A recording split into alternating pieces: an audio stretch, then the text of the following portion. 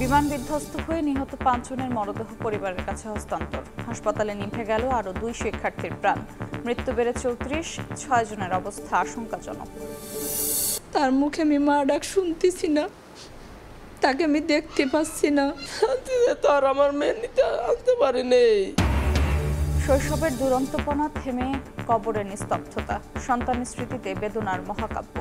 যন্ত্রণায় পাগল প্রায় মা বাবা, মাইলস্টোন ট্র্যাজেডিতে চুরমার বহু পরিবারের স্বপ্ন। কোটা আন্দোলনকে রাজনৈতিক চরিত্র দেয় ছাত্রদল, দাবি নেতাদের। স্বৈরাচার পতনের অবদান জনসাধারণের, কৃতিত্ব নেয়ার খেলা অপ্রত্যাশিত, বলছেন অভ্যুত্থানের নায়করা। যাত্রাবাড়ীতে যুবদল কর্মী হত্যা মামলায় কারাগারের সাবেক প্রধান বিচারপতি খায়রুল হক তত্ত্বাবধায়ক নিয়ে রাষ্ট্রবিরোধী রায়েরও বিচার চান মির্জা ফখরুল।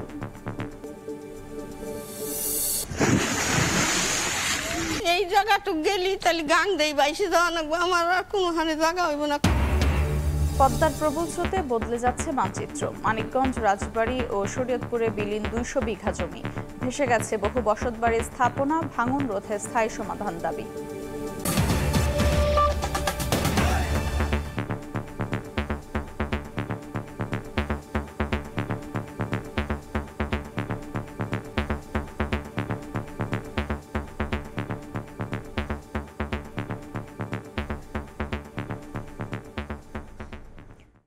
ভোরের সময় সঙ্গে আছে আমি আফরোজা মৌটুসী। এদিকে মাইলস্টোনে যুদ্ধ বিমান বিধ্বস্তের ঘটনায় আরও 2 শিক্ষার্থী চিকিৎসাধীন অবস্থায় মারা গেছে।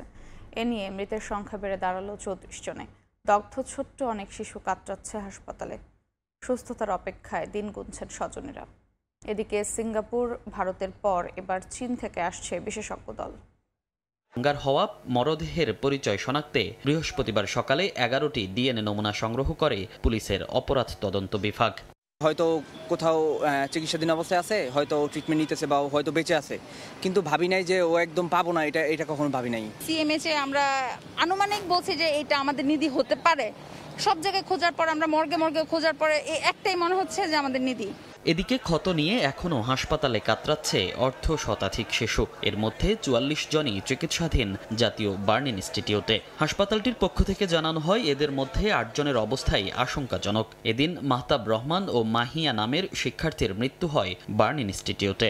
সবার আগে জীবন, একটা রাষ্ট্র এই ধরনের প্লেন ক্রাশ করবে, সেইটার জন্য একটা তদন্ত হওয়া প্রয়োজন বলে আমি মনে করি। দগ্ধদের চিকিৎসা সহায়তায় বুধবার রাতে ভারত থেকে আসেন 4 জনের প্রতিনিধি দল। বৃহস্পতিবার সকালে তারা বৈঠক করেন বার্ন ইনস্টিটিউটের মেডিকেল বোর্ডের সঙ্গে। এছাড়া চীনের বিশেষজ্ঞদের সঙ্গেও অনলাইন মিটিংয়ে উন্নত চিকিৎসা সেবা নিয়ে আলোচনা হয়। জানা যায়, জরুরি চিকিৎসা সেবা দিতে সন্ধ্যায় ঢাকায় আসছেন চীনের চিকিৎসক দল। যেহেতু 2 জনের মৃত্যু ঘটেছে, আর আমাদের সিরিয়াস বা সিভিয়ার ক্যাটাগরিতে যে 13 জন রোগী ছিলেন তারা ওই ক্যাটাগরিতেই আছে। তবে তাদের মধ্য থেকে আমাদের কিছু পেশেন্ট আমরা আশা করছি যে সামনের দিনগুলোতে হয়তো ইন্টারমিডিয়েট ক্যাটাগরিতে চলে আসতে পারে। আর বাকি যে 23 জন ইন্টারমিডিয়েট ক্যাটাগরি আছে তাদের ব্যাপারে আমরা আগেই বললাম যে আমাদের 13 জনকে আমরা সেখান থেকে শিফট করে কেবিনে নিতে পেরেছি। এদিকে সকালে হাসপাতালটিতে চিকিৎসা সামগ্রী সহায়তা দেয় ছাত্রদলের নেতাকর্মীরা। এ সময় মাইলস্টোনে বিমান বিধ্বস্তের ঘটনায় আহতদের শতভাগ চিকিৎসা নিশ্চিত করে নিহতদের জন্য ক্ষতিপূরণের দাবি জানান তারা। মনির হোসাইন, সময় সংবাদ, ঢাকা। বাবার চুমু খেয়ে স্কুলে গিয়েছিল সারিয়া। রাইসার জন্য আইসক্রিম আনতে চেয়েছিল বোন সিনথিয়া। কেউ ফিরল না। মাইলস্টোন ট্র্যাজেডিতে হারিয়ে গেছে এক একটা শৈশব, থমকে গেছে অনেক পরিবারের স্বপ্ন। সন্তান হারানোর যন্ত্রণায় পাগল প্রায় মা বাবারা। খুঁজে ফিরছেন বুকের ধনের স্মৃতি। সুমন সরকারের ছবিতে আবু সাইদ নিশানের রিপোর্ট।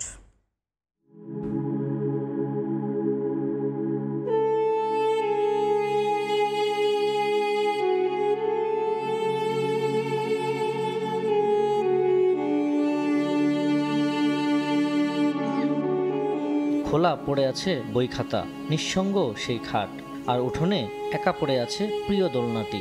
চারপাশে যেন শুধুই একরাশ শূন্যতা, সারিয়া নেই। রাইসার খেলনার গাড়িটাও পড়ে আছে ঠিক আগের মতোই, যেন অপেক্ষায় আছে কখন ফিরে আসবে উচ্ছল শিশুটা। সারিয়া আর রাইসা দুজনেই মাইলস্টোন স্কুলের ৩য় শ্রেণীর ছাত্রী। প্রতিদিনের মতোই সেদিনও তারা স্কুলে গিয়েছিল ভবিষ্যতের স্বপ্ন নিয়ে। কে জানতো সেদিনই থেমে যাবে তাদের পথ চলা। সারিয়ার মর্মান্তিক মৃত্যুতে শোকে স্তব্ধ পরিবার। প্রতি মুহূর্তে তারা করছে উচ্ছল মেয়েটির স্মৃতি। মেয়েকে আমরা এভাবে দেখবো এখানে, ভাই আমরা কল্পনা করতে পারি নাই আমার মেয়ে ওইখানে এভাবে শুয়ে থাকবে। প্রথম দেওয়া ছিল মার সাথে চুমা দিয়ে সুস্থ সবল, আর শেষ দেখা হয়েছে আমার ছোট ভাই বললো ভাই আমার ভাই নাই বইরে গেছে, ভাই নাই। সেদিন টিফিনের সময় চিপস খাওয়ার আবদার করেছিল সারিয়া। চাচাতো ভাই নাবিল চিপস আনতে বের হলে তার সামনেই ভেঙে পড়ে যুদ্ধ বিমান। মুহূর্তেই ধ্বংসস্তূপে পরিণত হয় ক্লাসরুম। তোমার চিপটা আমার দিয়ে দাও, তুমি পোলাইটটা কিনে খাও। এখন আমি বাইরে গেছি কিনতে, আইসা দেখে কি আমার মাথার উপর দিয়ে অনেক বড় একটা বিমান যেতেছে। রাইসা যে বিছানায় ঘুমাতো সেটা পড়ে আছে নিঃসঙ্গ। ছোট হাতের আঁকা ছবি, লাল খেলনার গাড়ি, সব যেন জানান দিচ্ছে তার প্রাণবন্ত শৈশবের। বন্ধু বসে আইসক্রিম কিনতে, তো আমি তখন গেটে মানে স্কুলে গেটে ঢুকছি, হঠাৎ করে একটা শব্দ হয়েছে, কি হলো। আদরের মেয়ের স্মৃতিচারণ করতে গিয়ে কান্নায় ভেঙে পড়েন রাইসার বাবা মা। তার মুখে আমি মা ডাক শুনতেছি না, তাকে আমি দেখতে পাচ্ছি না, আমার কতটা কষ্ট হচ্ছে। আমি তো মা। আমার বলছে যে আব্বু তুমি নিতে আসো, আমি তো নিতে আসি বাবা, আমি আসবো তোমাকে নিতে।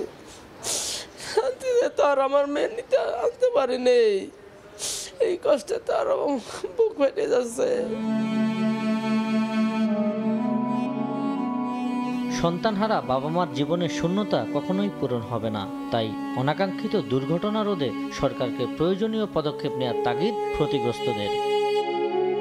আবু সৈয়দ নিশান, সময় সংবাদ, ঢাকা। মাইলস্টোনের ট্র্যাজেডিতে নিহত 2 শিক্ষককে রাষ্ট্রীয় সম্মাননা দেওয়ার সিদ্ধান্ত নিয়েছে সরকার। গোপালগঞ্জে এনসিপির কর্মসূচিতে হামলার ঘটনা তদন্তে বিচার বিভাগীয় কমিশন গঠন করা হয়েছে বলেও জানিয়েছেন আইন উপদেষ্টা ডক্টর আসিফ নজরুল। এদিকে স্থানীয় সরকার নির্বাচনে থাকছে না দলীয় প্রতীক। বৃহস্পতিবার সকালে উপদেষ্টা পরিষদের বৈঠকে এই সংক্রান্ত আইনের সংশোধনী অনুমোদন দেওয়া হয়। দলগুলো চাইলে আগে স্থানীয় নির্বাচন হতে পারে বলে জানিয়েছেন উপদেষ্টা আসিফ মাহমুদ সজীব ভুঁইয়া। বৃহস্পতিবার সকালে রাজধানীর তেজগাঁওয়ে প্রধান উপদেষ্টার কার্যালয়ে অনুষ্ঠিত হয় উপদেষ্টা পরিষদের বৈঠক। ডক্টর মোহাম্মদ ইউনূসের সভাপতিত্বে অনুষ্ঠিত বৈঠকে অংশ নেন উপদেষ্টারা। শুরুতে উত্তরার মাইলস্টোন স্কুল অ্যান্ড কলেজে দুর্ঘটনায় নিহতদের স্মরণে দাঁড়িয়ে 1 মিনিট নীরবতা পালন করা হয়। পরে বৈঠকের বিস্তারিত জানাতে ফরেন সার্ভিস একাডেমিতে সংবাদ সম্মেলনে হাজির হন আইন উপদেষ্টা ডক্টর আসিফ নজরুল ও স্থানীয় সরকার উপদেষ্টা আসিফ মাহমুদ সজীব ভুঁইয়া। পরিবর্তনটা করা হয়েছিল। ডক্টর আসিফ নজরুল জানান, বিমান দুর্ঘটনায় নিহত মাইলস্টোন স্কুল অ্যান্ড কলেজের 2 শিক্ষককে রাষ্ট্রীয় সম্মাননা দেওয়ার সিদ্ধান্ত নিয়েছে সরকার। শুক্রবার দেশের সব ধর্মীয় প্রতিষ্ঠানে নিহতদের রুহের মাগফিরাত কামনায় বিশেষ দোয়ার আয়োজন করা হবে। তারা অসামান্য আত্মত্যাগের পরিচয় দিয়ে স্কুলের সন্তানদেরকে রক্ষা করার চেষ্টা করেছেন।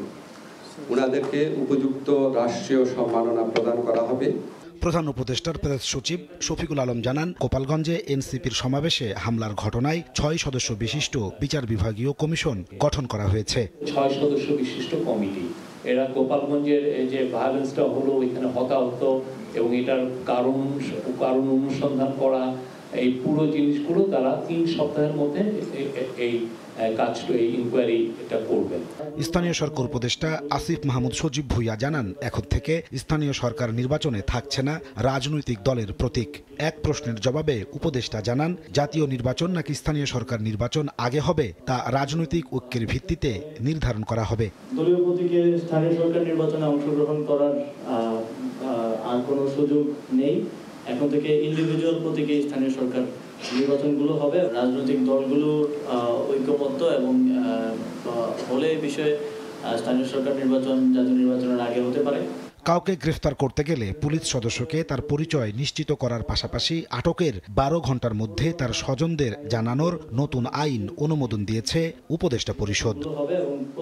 নাজমুস সালেহী, সময় সংবাদ, ঢাকা। মাইলস্টোনের ঘটনা পুঁজি করে ফ্যাসিবাদীরা মাথাচাড়া দেওয়ার চেষ্টা করছে বলে অভিযোগ করেছেন এনসিপির দক্ষিণাঞ্চলের মুখ্য সংগঠক হাসনাত আব্দুল্লাহ। এদিকে নির্বাচনের আগে সংস্কার ও হত্যার বিচার দাবি জানিয়েছেন আহ্বায়ক নাহিদ ইসলাম। দেশ গড়তে জুলাই পদযাত্রা কর্মসূচির অংশ হিসেবে ব্রাহ্মণবাড়িয়া ও হবিগঞ্জে পথসভায় একথা বলেন তারা।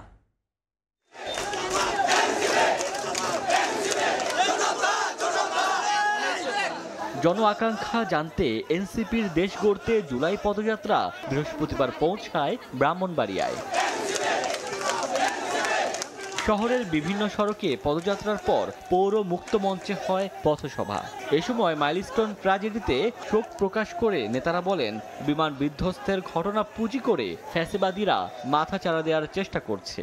মাইলস্টোনে যখন অনাকাঙ্ক্ষিত ঘটনাটি ঘটেছে, আমরা ভেবেছিলাম ফ্যাসিবাদের পতন হয়েছে, কিন্তু আমরা দেখতে পেলাম মাইলস্টোনের ঘটনাকে পুঁজি করে আবার আওয়ামী লীগ পুনর্গঠিত হচ্ছে।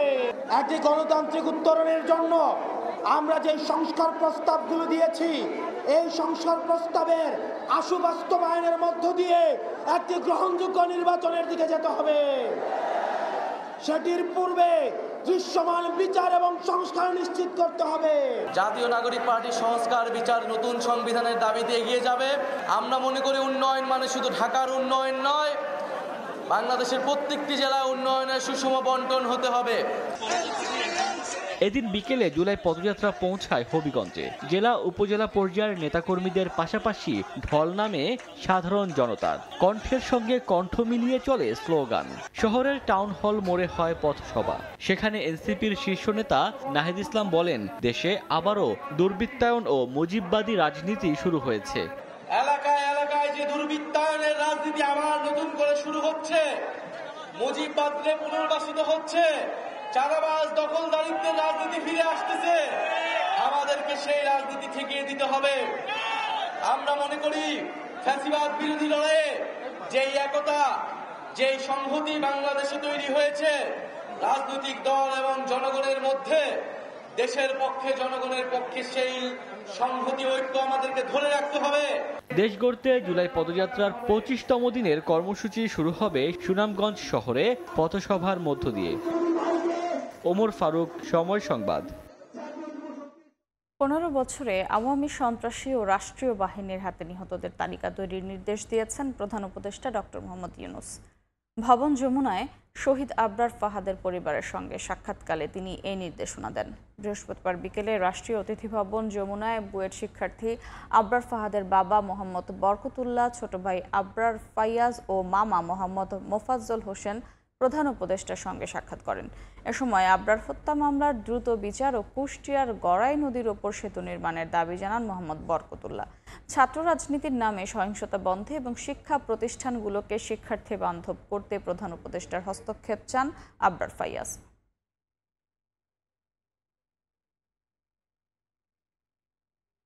আদালতের কাঠগড়ায় সাবেক প্রধান বিচারপতি ABM খায়রুল হক হাতকড়া পরে শুনেছেন নানা অভিযোগ।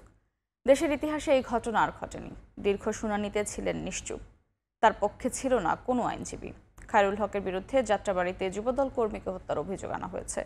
শুনানি শেষে তাকে কারাগারে আটক রাখার আদেশ দেন বিচারক।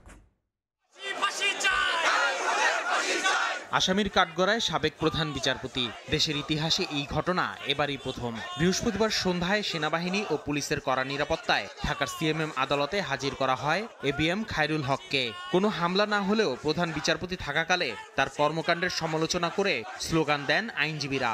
এর মধ্যেই সংবাদ সংগ্রহের সময় গণমাধ্যম কর্মীদের শারীরিকভাবে লাঞ্ছিত করে পুলিশ। এজলাসে খায়রুল হককে হাজির করার পর বৈষম্য বিরোধী ছাত্র আন্দোলনে যাত্রাবাড়ি থানায় যুবদল কর্মী কাইয়ুম হত্যা মামলায় গ্রেফতার দেখিয়ে তাকে কারাগারে আটক রাখার আবেদন করেন তদন্ত কর্মকর্তা।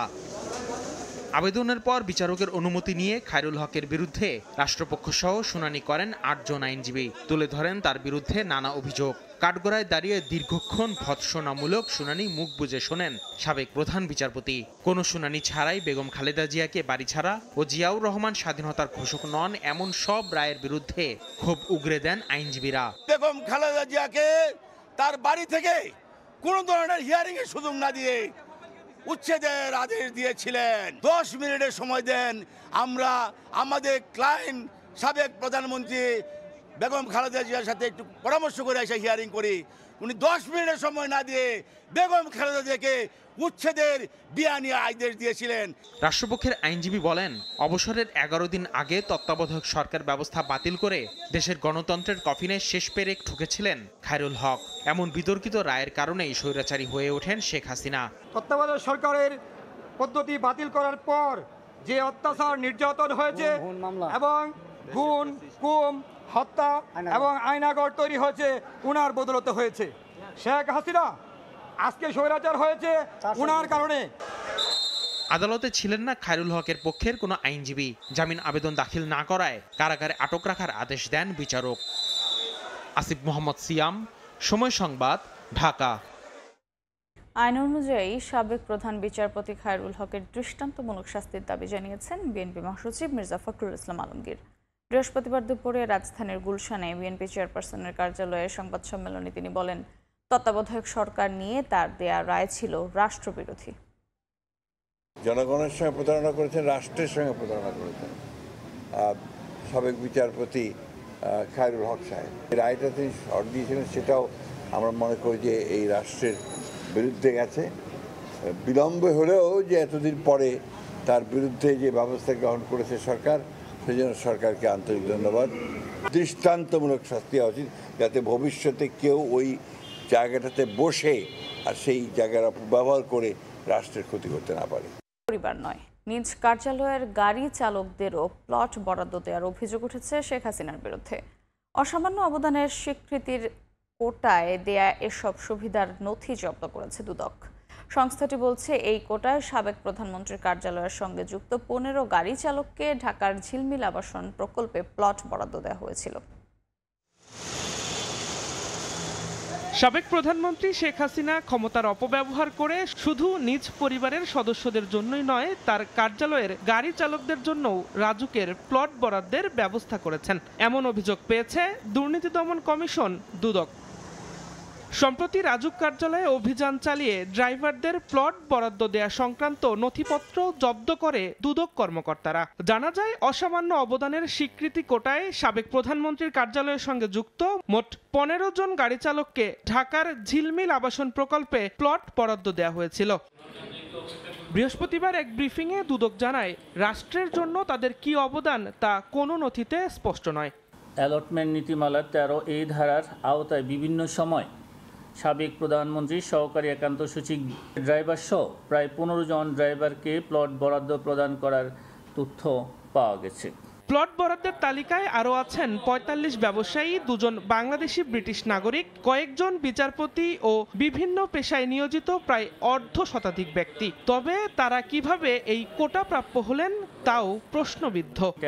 যারা রাষ্ট্রের বিভিন্ন অসামান্য অবদান রেখেছেন বিভিন্ন ক্ষেত্রে, তাদেরকে দেবার একটা প্রভিশন এখানে রাখা হয়েছিল। তারা অসামান্য অবদান রেখেছেন এরকম কারো বিষয় তো আমাদের নজরে এলো না। এদিকে সাবেক প্রধান বিচারপতি এবিএম খায়রুল হক অবৈধভাবে প্লট নেয়ার প্রাথমিক প্রমাণ পাওয়ায় 7 সদস্যের তদন্ত কমিটি গঠন করেছে দুদক। অন্যদিকে মানি লন্ডারিং এর অভিযোগে সাবেক ভূমিমন্ত্রী সাইফুজ্জামান জাবেদ সহ 31 জনের বিরুদ্ধেও মামলা হয়েছে বলে জানিয়েছে দুদক। দিন মোহাম্মদ সাব্বির, সময় সংবাদ, ঢাকা। রাজধানীর মুগদা থানা থেকে আওয়ামী লীগ নেতাকে ছাড়িয়ে নেওয়ার অভিযোগ উঠেছে বৈষম্য বিরোধী ছাত্র আন্দোলনের নেতাদের বিরুদ্ধে। বৃহস্পতিবার দুপুরে মুগদা থানায় এই ঘটনা ঘটে। এর আগে জুলাই হত্যা মামলায় বুধবার রাতে মুগদা এলাকার ওয়ার্ড আওয়ামী লীগের সাধারণ সম্পাদক আলমগীর হোসেনকে গ্রেফতার করা হয়। পুলিশ জানায়, তাকে আটকের পর বৃহস্পতিবার সকাল থেকে থানার সামনে জড়ো হন বৈষম্য বিরোধী ছাত্র আন্দোলনের লোকজন। এ সময় বিভিন্ন স্লোগান দিতে থাকেন তারা। পরে ঊর্ধ্বতন কর্মকর্তার সঙ্গে আলোচনার পর ওই আওয়ামী লীগ নেতাকে ছেড়ে দেয় পুলিশ। তবে বৈষম্য বিরোধীদের অভিযোগ, তাদের নেতার কাছে চাঁদা চাওয়ার প্রতিবাদে মুগদা থানার সামনে অবস্থান করে প্রতিবাদ জানান তারা।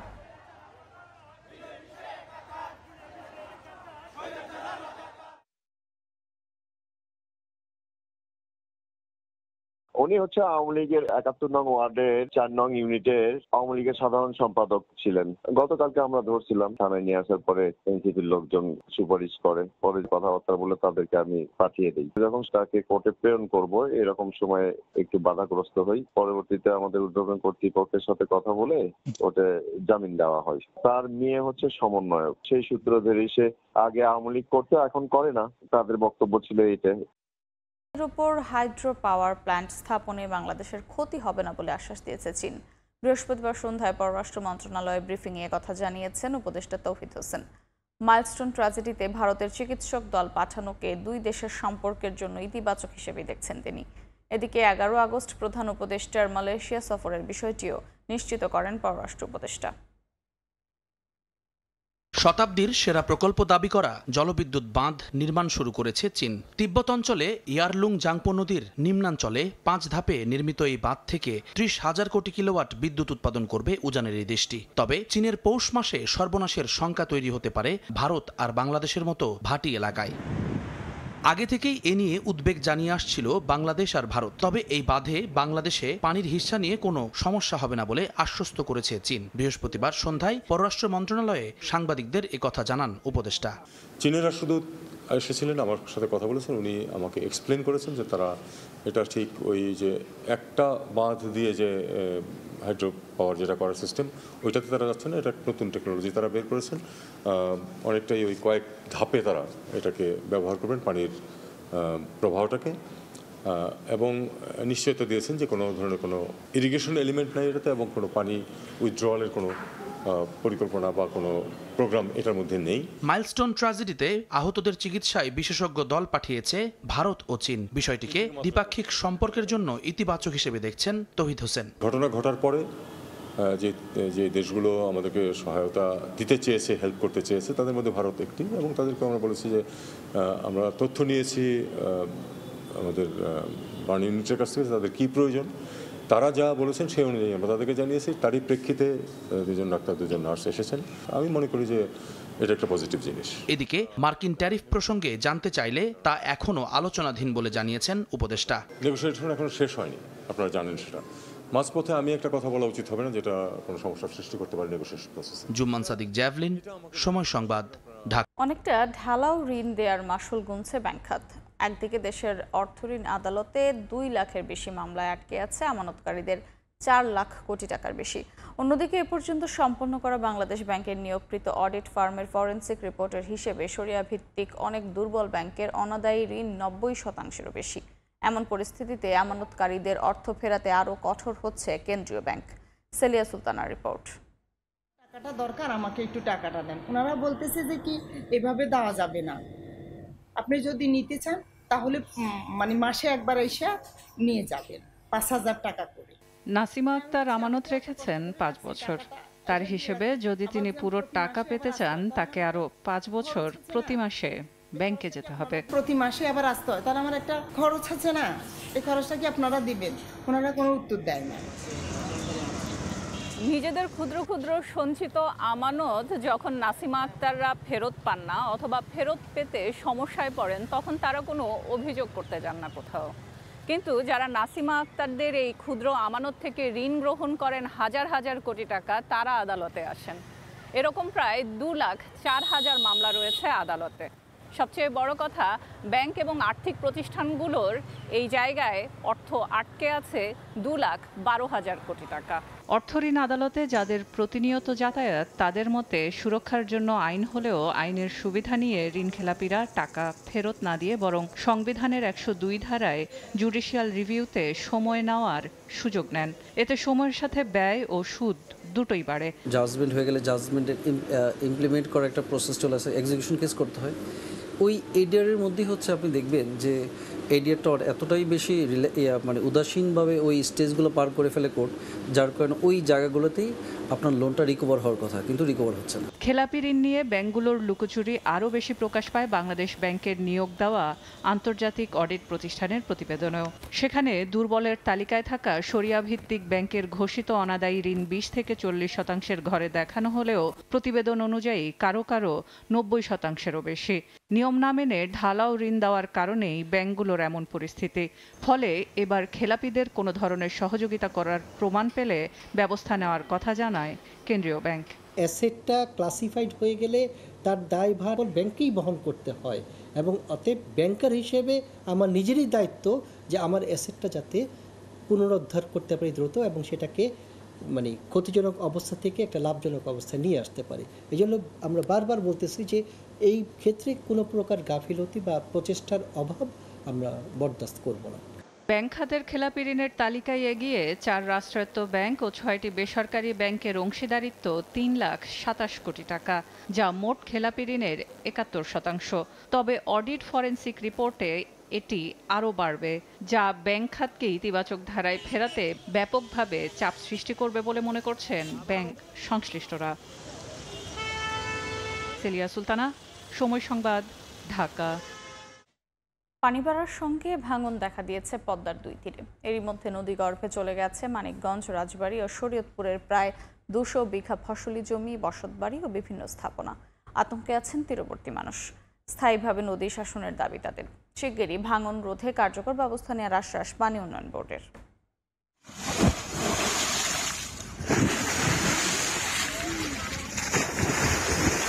তীর ভেঙে পড়ছে নদীতে, বিলীন হচ্ছে জনপদ, অনেক স্থানে ঘর বাড়িও ভেসে আছে পানিতে।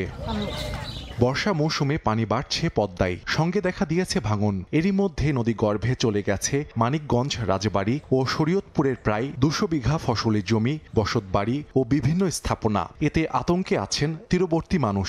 স্থায়ীভাবে নদী শাসনের দাবি তাদের।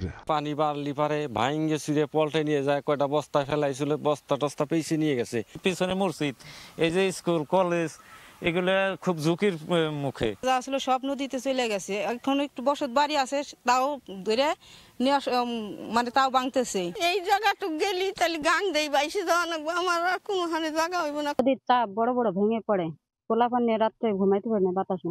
বেরিবাদের কাছে আসে গেছে, এখন তো আমাকে থাকাই মুশকিল। এখন সরকারে যদি রক্ষণাবেক্ষণ না করে আমাদের থাকাই যাইব না। পানি উন্নয়ন বোর্ড বলছে ভাঙন রোধে ব্যবস্থা নিতে ঊর্ধ্বতন মহলে জানানো হয়েছে। নদী ভাঙন কবলিত স্থান পরিদর্শন পূর্বক আমরা ঊর্ধ্বতন দপ্তরকে ভাঙন প্রতিরোধের জন্য প্রয়োজনীয় ব্যবস্থা নেওয়ার জন্য আমরা ঊর্ধ্বতন দপ্তরকে অবহিত করছি। ঊর্ধ্বতন দপ্তর থেকে নির্দেশনা পেলে আমরা নদী ভাঙনের কাজ বাস্তবায়ন করব। প্রকল্পটি অনুমোদন হলে, অর্থাৎ ডিপিবিটি অনুমোদন হলে, আমরা সেই পুরা পদ্মা হরিরামপুর যে জেলার উপজেলার যে পুরা পদ্মা নদী আছে 14 কিলোমিটার, আমরা সম্পূর্ণভাবেই আমরা স্থায়ী প্রতিরক্ষা কাজের মাধ্যমে আমরা অন্তর্ভুক্ত করতে পারবো। পানি উন্নয়ন বোর্ডের তথ্য মতে রাজবাড়ীতে 6 কিলোমিটার, মানিকগঞ্জে 1200 মিটার এবং শরীয়তপুরে 250 মিটার এলাকায় নতুন করে ভাঙন দেখা দিয়েছে। সাহাল আব্দুল্লাহ আলভি, সময় সংবাদ। বর্ষাকালে কিছুটা কম থাকলেও বছরের বাকি সময় ঢাকার বাতাসে বায়ু দূষণের মাত্রা থাকে অতিরিক্ত। প্রতি বছরই বাড়ছে তীব্রতা। বৈশ্বিক ও সরকারি পর্যায়ে দূষণ নিয়ন্ত্রণে নানা উদ্যোগ থাকলেও বাস্তবে কার্যকারিতা নেই বললেই চলে। বিশেষজ্ঞরা বলছেন, বায়ু দূষণের প্রধান উৎস নিয়ন্ত্রণ না করলে আগামীতে স্বাস্থ্য ও পরিবেশ 2 দিক থেকেই দিতে হবে চরম মূল্য। যানবাহনের ধোঁয়া, ধুলাবালি, ইটভাটা এবং চলমান উন্নয়ন প্রকল্প নানামুখী উৎসে প্রতিদিনই রাজধানীর বাতাসে বাড়ছে দূষণ। ঢাকার গত 9 বছরের বায়ুমান সূচকের তথ্য বিশ্লেষণ করে বায়ুমণ্ডলীয় দূষণ অধ্যয়ন কেন্দ্র ক্যাপস বলছে 2022 ও 23 সালের তুলনায় 2024 সালে দূষণ ছড়িয়েছে ভয়াবহ মাত্রায়। সর্বোচ্চ বায়ুমান সূচক ছিল 179, যা শুধু মানব শরীরেই নয়, পুরো প্রাণীকুলের জন্যই অস্বাস্থ্যকর। প্রাতিষ্ঠানিকভাবে আমরা বায়ু দূষণ কমাতে সম্পূর্ণরূপে ব্যর্থ হয়েছি। সমগ্র পৃথিবীর টোটাল লোনের বা অনুদানের 1/4 বাংলাদেশে জন্য গত 10 বছরে খরচ করা হয়েছে, কিন্তু এটির কার্যকর কোনো ফলাফল আমরা এখনো পর্যন্ত দৃশ্যমান হয়নি। আবহাওয়াবিদরা বলছেন, বর্ষাকালে বাতাসে আর্দ্রতা বেশি থাকায় সাময়িকভাবে দূষণ কমলেও বছরের অন্য সময় তা থাকে অতি ঝুঁকিপূর্ণ মাত্রায়।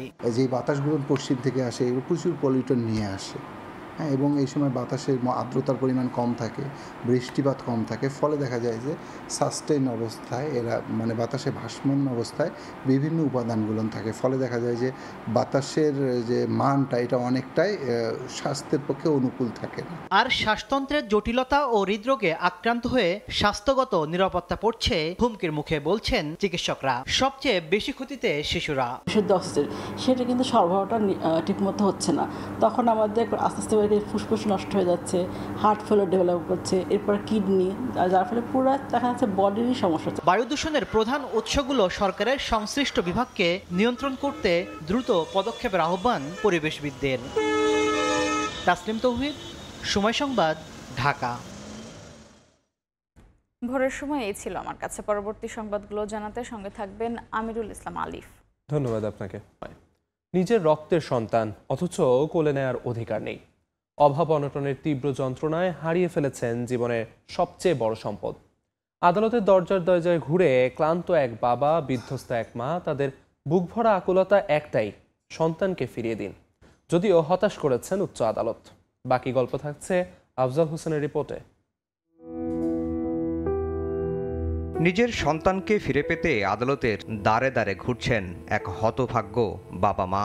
অভাব অনটনের তীব্র যন্ত্রণা, বেঁচে থাকার নিরন্তর লড়াই, সবকিছুর মাঝেই তারা হারিয়ে ফেলেছেন তাদের আপন আলো। গত বছরের 12 জুলাই সন্তান জন্ম দেন রোজিনা। জন্মের পরপরই অসুস্থ হয়ে পড়ে নবজাতক। প্রাণ বাঁচাতে দৌড়ঝাঁপ করে হাসপাতালে ভর্তি করা হয় তাকে। কিন্তু তখন বাইরে চলছে উত্তাল জুলাই আন্দোলন, আর ঘরে অভাবের হাহাকার। চিকিৎসার খরচ মেটানোর কোনো উপায় না পেয়ে বুক ফাটা কান্না চেপে রেখে হাসপাতালের বিছানায় শুয়ে থাকা সন্তানকে ফেলে আসেন এই দম্পতি। আমরা বলছি আমাদের আর্থিক অবস্থা নাই, আমরা এভাবে চিকিৎসা চালাতে পারবো না। ডাক্তার বলছে যে বাচ্চা তাহলে ডাবল আইসিইউ অ্যাম্বুলেন্স করে নিয়ে যান।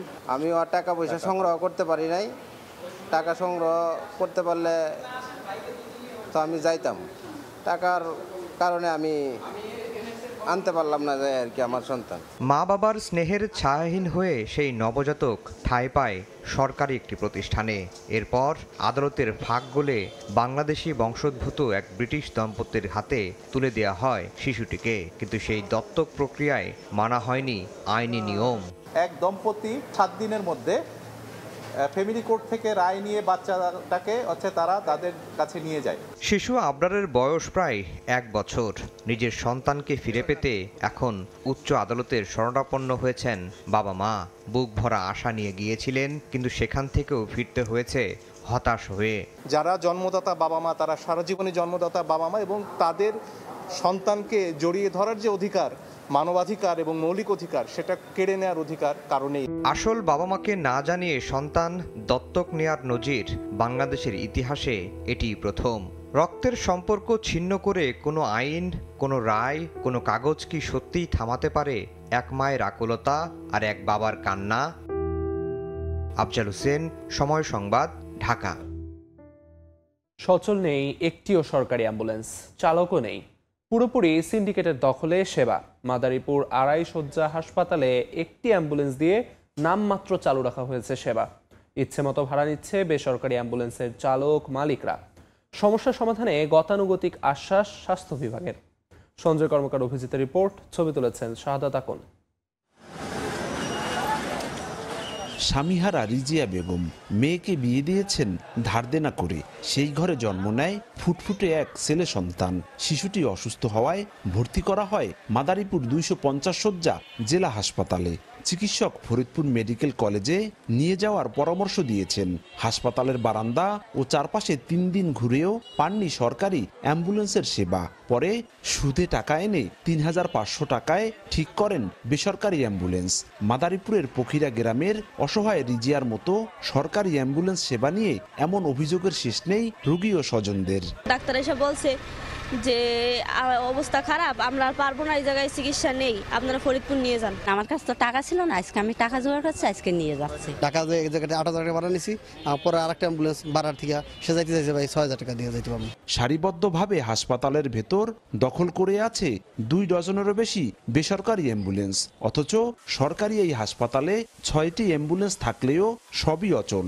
রাজৈর উপজেলা স্বাস্থ্য কমপ্লেক্স থেকে একটি পুরনো অ্যাম্বুলেন্স এনে ওয়ার্ড বয়কে দিয়ে কোনো মতে চলছে সেবা। পুরান গাড়ি আমরা মেরামত করে চালাই, ঠিক আছে, তাও আমি যেটা চালাই ওইটা রাজের ঠিকানা না, এখানে কিন্তু গাড়ি নাই। 5 নম্বর গাড়ি ছিল পুরাতন গাড়ি, ওই গাড়ি গ্যারেজ মানে টিপ গেলে নষ্ট হয়ে যায়, নষ্ট হয়ে যাওয়ার কারণে আমরা গাড়ি ওরকমভাবে চালাতে পারি না। ফরিদপুর ও বরিশাল মেডিকেলে যাতায়াতের জন্য 1550 টাকা ও রাজধানী ঢাকায় 4600 টাকা নির্ধারণ করে দেয় স্বাস্থ্য বিভাগ। সরকারি অ্যাম্বুলেন্স সেবা ঝিমিয়ে পড়ায় দ্বিগুণেরও বেশি ভাড়া হাতিয়ে নিচ্ছে বেসরকারি অ্যাম্বুলেন্স চালক মালিকরা।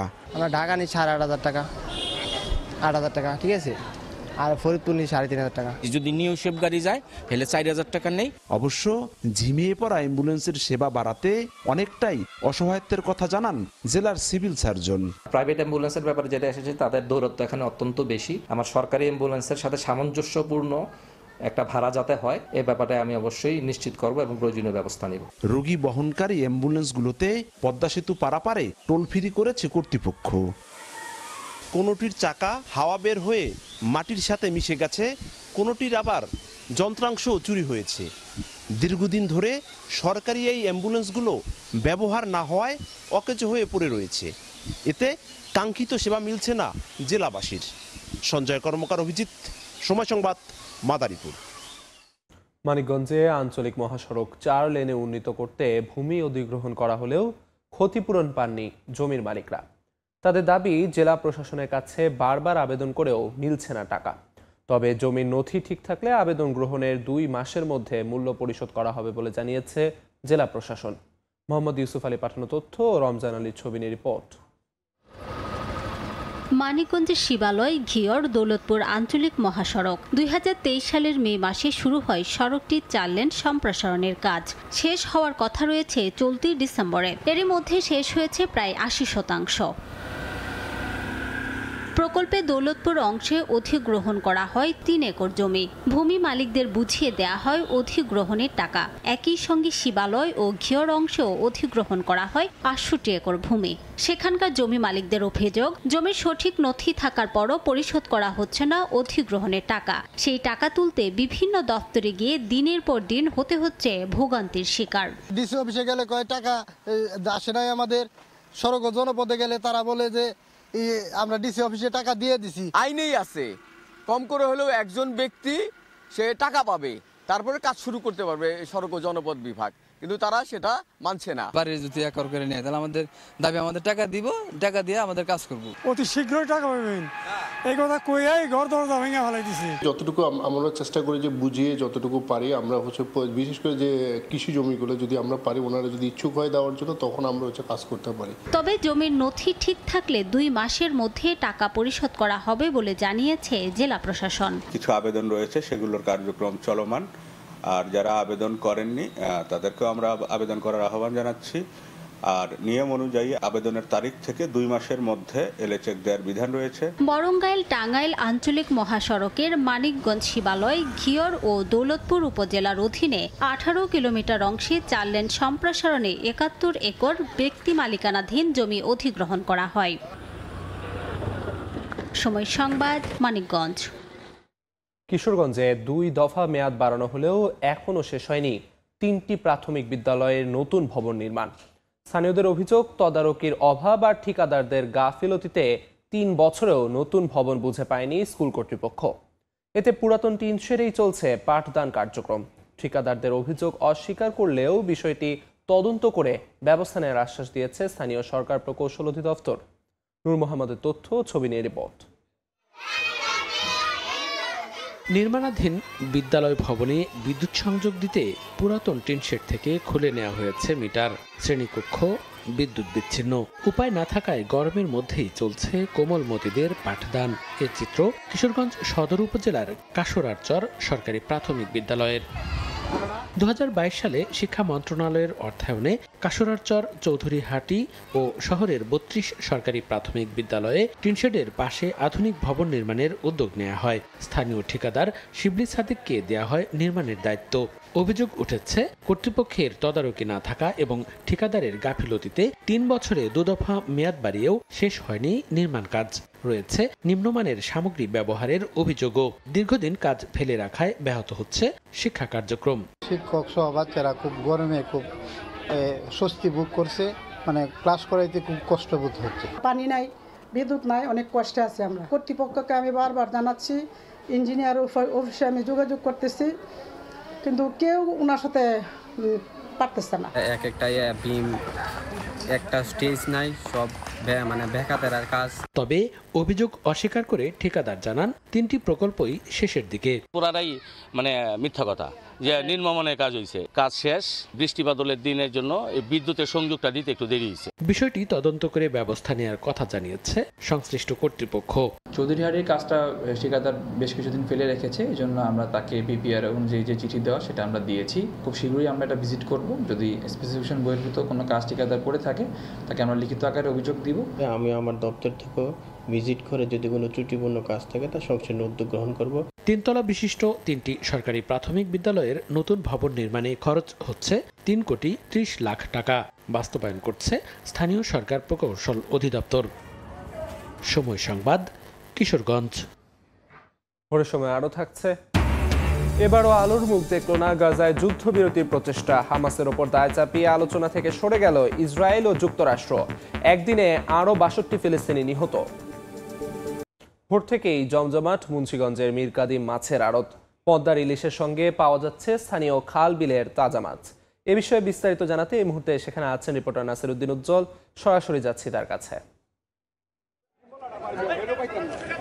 ইলিশের ছড়াছড়ি রূপালী ঝিলিক কিন্তু ছড়িয়ে পড়েছে পুরো হাট জুড়ে, এবং এত ইলিশের কিন্তু এর আগে এরকম পসরা কখনো দেখেনি বলছিলেন এখানকার স্থানীয় যারা ক্রেতা বিক্রেতা আছেন, এবং তারা বলছেন যে এখানকার যে ইলিশের পসরা সেখানে কিন্তু অনেক বড় বড় ইলিশেরও দেখা মিলেছে, এবং এই এত ইলিশের বাজারে ভরা থাকা সত্ত্বেও কিন্তু দাম ছাড়া হচ্ছে না, এবং 2700 টাকা কেজিতে বড় ইলিশ বিক্রি হচ্ছে, যেটি কিন্তু গেলকাল 2500 টাকা পর্যন্ত বিক্রি হতো। এবং এখানে কিন্তু ছোট আকারেরও নানা রকম ইলিশ বিক্রি হচ্ছে। আপনারা জানেন যে এই ইলিশের যে এখন ভরা মৌসুম, এবং এই মৌসুমে কিন্তু জাটকা ধরা নিষিদ্ধ, সেটি 30 জুনই কিন্তু শেষ হয়ে গিয়েছে, এবং নদী এবং সমুদ্র সবখানে কিন্তু ইলিশ পাওয়া যাচ্ছে, এবং সেই ইলিশে কিন্তু এই বাজারে উঠেছে। তবে এখানে পদ্মার ইলিশ বলে বিক্রি করা হলেও কিন্তু এগুলো উপকূলীয় ইলিশ বলে কিন্তু স্থানীয়রা বলছেন, এবং এখানকার যে ইলিশগুলো বিক্রি হচ্ছে আপনারা দেখছেন অনেক বড় সাইজের 1.5 কেজি ওজন পর্যন্ত কিন্তু ইলিশ এখানে উঠেছে, এবং এই ইলিশের পাশাপাশি কিন্তু এখানকার নানা রকম মাছেরও দেখা মিলছে। আমরা লক্ষ্য করছি যে সব মাছেরই কিন্তু বাজারে বেশ পসরা আছে, এবং বলছেন যে এই সময়টায় তারা মাছ বেশি পাচ্ছেন, এবং এখানে কিন্তু নদীর পাঙ্গাস বিক্রি হচ্ছে 600 থেকে 700 টাকা কেজি দরে। চাষের পাঙ্গাস বিক্রি হচ্ছে 150 থেকে 180 টাকা কেজি দরে। চাষের রুই 280 থেকে 350। চাষের কাতল বিক্রি হচ্ছে 350 টাকা কেজিতে। নদীর কাতল 550 থেকে 600 টাকায়। আর বোয়াল বিক্রি হচ্ছে 400 থেকে 700 টাকা কেজিতে। গলদা চিংড়ি হচ্ছে 1400 টাকা থেকে 1450 টাকা কেজিতে। নদীর আয়ের বিক্রি হচ্ছে কিন্তু এখানে 1200 থেকে 1600 টাকা কেজিতে। কই বিক্রি হচ্ছে 180 থেকে 200 টাকা, এবং শিং বিক্রি হচ্ছে 200 থেকে 220 টাকায়। এবং এই যে শতাব্দী প্রাচীন হাট, সেখানে কিন্তু 43টা আড়ত রয়েছে। এই 43টা আড়ত ঘিরে কিন্তু 2 থেকে 3 ঘন্টায় কোটি টাকার মাছ বিক্রি হয়, কিন্তু এই হাটে প্রবেশের যে পথ সেটি কিন্তু একেবারেই ভাঙাচোরা, এবং বৃষ্টির পানি জমে এমন গর্তের মধ্যে সৃষ্টি হয়েছে যে ক্রেতা বিক্রেতা আসা কিন্তু খুব কঠিন হয়ে পড়েছে। একই সঙ্গে নদীর নাব্য সংকট সেটি দূর করা যায়নি, সেখানে কিন্তু এই যে মীরকাদিম বন্দর সেখানে লঞ্চ ভিড়তে পারছে না, এই জন্য দক্ষিণাঞ্চলের মাছগুলো কিন্তু এখানে নিয়ে আসা কষ্টসাধ্য হয়ে পড়েছে এবং এই হাটেও নানা রকম চ্যালেঞ্জের কথা বলা হচ্ছে, তবে এগুলো নিরসনের ব্যাপারে কিন্তু কোনো তৎপরতা নেই।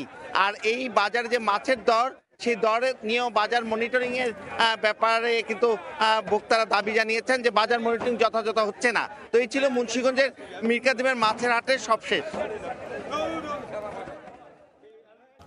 মুন্সিগঞ্জের মীরকাদিম মাছের আড়ত থেকে সবশেষ জানাচ্ছিলেন সহকর্মী নাসির উদ্দিন উজ্জ্বল। গত বছরের 5 আগস্ট গাজীপুরের কোনাবাড়িতে পুলিশের গুলিতে নিহত কলেজ ছাত্রের লাশ উদ্ধারে তুরাগ নদীতে অভিযান চালিয়েছে ফায়ার সার্ভিস। বৃহস্পতিবার সকালে আন্তর্জাতিক অপরাধ ট্রাইব্যুনালের প্রসিকিউশনের সদস্যদের নিয়ে নদীতে অভিযান চালানো হয়। আদালত সূত্রে জানা যায়, ছাত্র জনতার আন্দোলন চলাকালে 5 আগস্ট পুলিশের গুলিতে নিহত হয় হৃদয়। পরে তার লাশ পানিতে ডুবিয়ে দেওয়া হয়। আন্তর্জাতিক অপরাধ ট্রাইব্যুনালে পুলিশ সদস্য আকরামের এমন স্বীকারোক্তির পর শুরু হয় লাশ উদ্ধার অভিযান। চট্টগ্রামের স্কুল ছাত্র জাহেদুল ইসলাম রিফাতকে নির্মমভাবে হত্যা করে সাগরে ফেলে দেওয়ার ঘটনা নতুন মোড় নিয়েছে পিবিআই তদন্তে। চট্টগ্রাম আদালতের নির্দেশে বরিশালের বাকেরগঞ্জে পারিবারিক কবরস্থান থেকে রিফাতের লাশ উত্তোলন করে ময়না তদন্তের জন্য পাঠানো হয়। পরিবার জানায়, 5ম শ্রেণীর ছাত্র ছিল সে। হত্যার আগে রিফাতকে ডেকে নিয়ে যায় অভিযুক্ত আহনাফ হাসান। পরে সহযোগী ওমর ফারুকের সহায়তায় বেড়িবাঁধ এলাকায় শ্বাসরোধ ও পানিতে ডুবিয়ে রিফাতকে হত্যা করে। প্রথমে স্বাভাবিক মৃত্যু ধরে দাফন করা হলেও পরে একটি ভিডিও এবং স্থানীয়দের বক্তব্যে বিষয়টি সন্দেহজনক হয়ে ওঠে। পিবিআই বিষয়টি নিয়ে তদন্ত শুরু করেছে। পুকুরিয়া কয়লা খনি ধ্বংসের ষড়যন্ত্রের অভিযোগে প্রতিবাদ সমাবেশ ও মানববন্ধন করেছে খনির শ্রমিক ও কর্মচারীরা।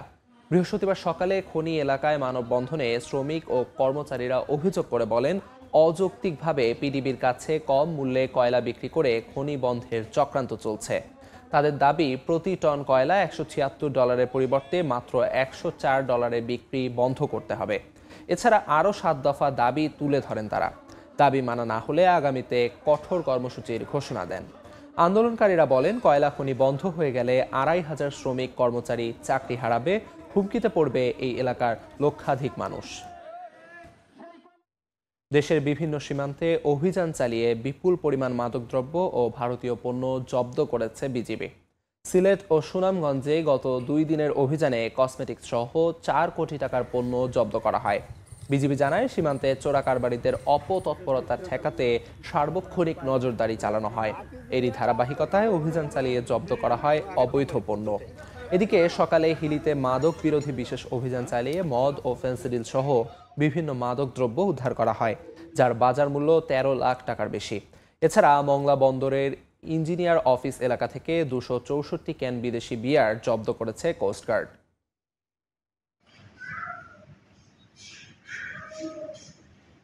নারায়ণগঞ্জের রূপগঞ্জে অবৈধভাবে গড়ে তোলা 4টি আবাসন প্রতিষ্ঠানে অভিযান চালিয়েছে উপজেলা প্রশাসনের ভ্রাম্যমাণ আদালত। উপজেলা নির্বাহী অফিসার জানান, রূপগঞ্জে বিগত সরকারের সময় থেকে রাজনৈতিক প্রভাব খাটিয়ে সরকারি অনুমোদন না নিয়ে জোর করে কৃষি জমি দখল, জমি না কিনে সাইনবোর্ড স্থাপন এবং প্লট বিক্রির নামে মানুষের সঙ্গে প্রতারণা করে আসছিল এসব আবাসন প্রতিষ্ঠান।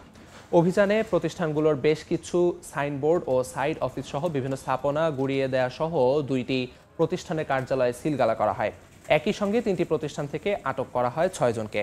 পরে তাদের বিভিন্ন মেয়াদে কারাদণ্ড দিয়ে জেলা কারাগারে প্রেরণ করা হয়। প্রদেশে সাম্প্রদায়িক সংঘাতে বাস্তুচ্যুত হয়েছেন প্রায় 1,45,000 মানুষ। বন্ধ হয়ে গেছে বিদ্যুৎ, পানি ও খাদ্য সরবরাহ। বুধবার এক প্রতিবেদনে এই তথ্য জানিয়েছে জাতিসংঘের মানবিক বিষয়ক সংস্থা। এদিকে পরিস্থিতি সামাল দিতে তুরস্কের কাছে সামরিক সহায়তা চেয়েছে সিরিয়ার অন্তর্বর্তী সরকার। সিরিয়ার সুয়েদায় সাম্প্রতিক সহিংসতার প্রভাব পড়েছে আশেপাশের অঞ্চলেও। জাতিসংঘের মানবিক বিষয়ক সংস্থা জানায়, সংঘাতের মুখে সুয়েদা ছেড়ে জীবন বাঁচাতে পালিয়ে গেছেন 1,45,000 মানুষ। এদের অনেকে আশ্রয় নেন পাশের দারা ও দামেস্কে, বাকিরা ঠাঁই নেন আত্মীয় স্বজন বা অস্থায়ী আশ্রয়ে। সংস্থাটি আরও জানায়, সহিংসতায় শুধু প্রাণহানিই নয়, পুরো প্রদেশে ভেঙে পড়েছে মৌলিক সেবা। বিদ্যুৎ সংকটের পাশাপাশি দেখা দিয়েছে জ্বালানি ঘাটতি।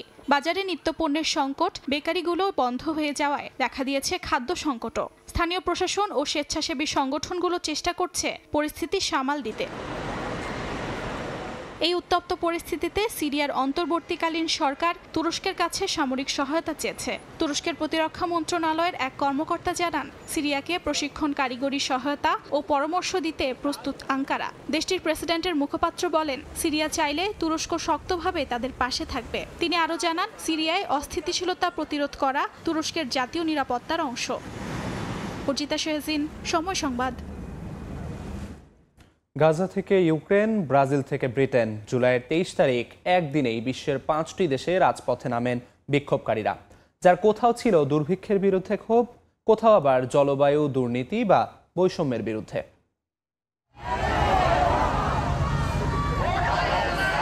ইউক্রেনের জাপোরিজ্জিয়া, কিয়েভ, লোভিভ, ওডেসা ও খার্কিভ শহরে রাজপথে নেমে আসেন হাজার হাজার মানুষ। প্রেসিডেন্ট ভলোদিমির জেলেনস্কির সমর্থিত একটি বিতর্কিত আইন বাতিলের দাবিতে বিক্ষোভ করেন তারা। এই আইন দুর্নীতি দমন সংস্থাগুলোর স্বাধীনতা খর্ব করে প্রেসিডেন্ট নিযুক্ত অ্যাটর্নি জেনারেলকে অতিরিক্ত ক্ষমতা দেবে। বিক্ষোভকারীদের অভিযোগ, এই আইন দুর্নীতিবাজ রাজনীতিবিদদের জন্য রক্ষা কবচ হয়ে উঠবে। তারা আরও দাবি করেন, যুদ্ধের ময়দানে রাশিয়া যেমন ইউক্রেনের শত্রু, তেমনি ঘরের ভেতরে সবচেয়ে বড় শত্রু দুর্নীতি। শুধু জেলেনস্কি একা নয়, বরং এই বিলের পক্ষে ভোট দেয়া 262 জন সংসদ সদস্যের মধ্যে সবাই তাই। আর আজ যারা ইউক্রেনের বিভিন্ন শহরে জড়ো হয়েছেন, তারা এর বিরুদ্ধে। আগের মতো আমরা জনগণের হাতে ক্ষমতা ফিরিয়ে দিতে চাই। আমরা চাই সাধারণ জনগণের মতামত বজায় থাকুক, কারণ এটাই গণতন্ত্র। গাজায় দিনে দিনে আরো অমানবিক হচ্ছে ইসরায়েলি দখলদার বাহিনী, আর এই অবস্থাতেও সীমান্ত খুলছে না মিশর। এ নিয়ে লেবাননের রাজধানী বৈরুতে প্রতিবাদ করেন শতাধিক লেবানিজ ও ফিলিস্তিনি নাগরিক। উপত্যকাটিতে চলমান দুর্ভিক্ষ এবং ইসরায়েলি অবরোধের প্রতিবাদে মিশরীয় দূতাবাস ঘিরে বিক্ষোভ করেন তারা।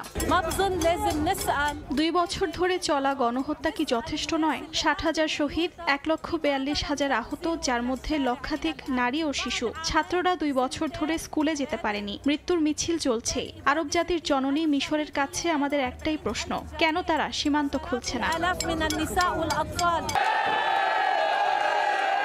ইসরায়েলের আলট্রা অর্থোডক্স ইহুদিরা বাধ্যতামূলক সেনা সেবার বিরুদ্ধে বিক্ষোভে জেরুজালেম ও বেনে ইব্রাকের রাস্তা অবরোধ করেন। 3 সদস্যের গ্রেফতারের প্রতিবাদে পুলিশ ও বিক্ষোভকারীদের মধ্যে ধস্তাধস্তি হয়। এদিকে নেদারল্যান্ডসে অবস্থিত বিশ্বের সর্বোচ্চ আদালত আইসিজের সামনে জলবায়ু পরিবর্তনের বিরুদ্ধে আইনগত পদক্ষেপের দাবিতে জড়ো হন পরিবেশ আন্দোলনকারীরা। প্যাসিফিক দ্বীপপুঞ্জের প্রতিনিধিরা ঐতিহ্যবাহী নৃত্য পরিবেশন করেন। এর মধ্যে জলবায়ু পরিবর্তনের দায়ে এক দেশের বিরুদ্ধে আরেক দেশের মামলা করার ঐতিহাসিক এক রায়ের মাধ্যম খুলে দিয়েছে জাতিসংঘের সর্বোচ্চ আদালত।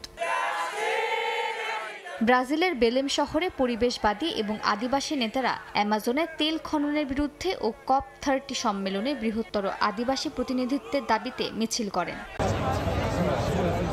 লন্ডনের কানারি ওয়ার্ফে অভিবাসীদের হোটেলে রাখা নিয়ে মুখোমুখি অবস্থান নেন বর্ণবাদ বিরোধী ও স্থানীয় অভিবাসন বিরোধী দুই পক্ষ। স্লোগান, প্ল্যাকার্ড এবং সামান্য ধাক্কাধাক্কি ঘিরে তৈরি হয় উত্তেজনা। বর্ণবাদ বিরোধী আন্দোলনকারীরা জানান, এই বিক্ষোভ কেবল অভিবাসী ইস্যুই নয়, বরং ব্রিটেনের ন্যায় বিচারকেও প্রশ্নবিদ্ধ করে। মালিহা সুহরওয়ার্দী, সময় সংবাদ। ওমান উপসাগরে টহলরত মার্কিন যুদ্ধজাহাজকে পিছু হটতে বাধ্য করেছে ইরানের সেনারা।